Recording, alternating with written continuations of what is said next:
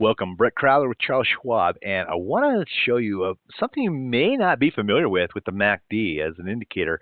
You know, a lot of us are familiar with the MACD as a histogram, but I'm going to take it from this to this. Have you seen this one? This is the weekly and daily MACD.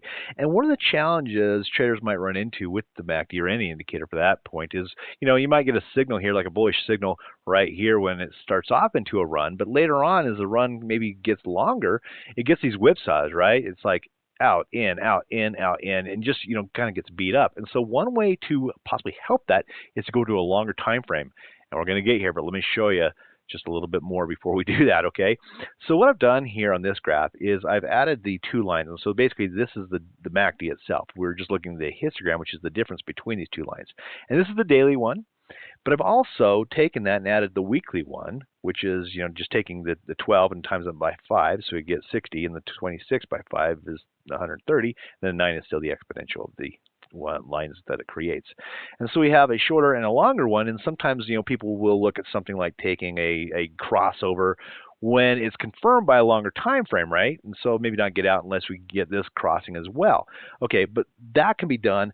There are some issues with that, but basically what I want to do though is combine all this together and add one more item to it. And so if you look down here, this is actually the weekly and daily MACD, and to get that, you'd simply come in here, type in the MACD, and right there it's weekly and daily MACD.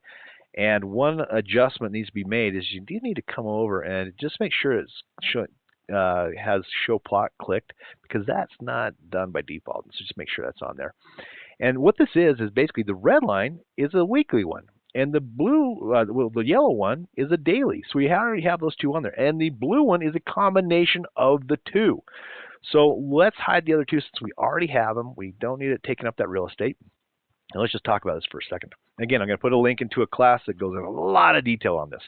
So instead of just playing the crossovers of the shorter term MACD, a potential entry point could be when either you get the the short line crossing above the long-term line, or when you have the combo line of the short and long-term crossing above the longer term line.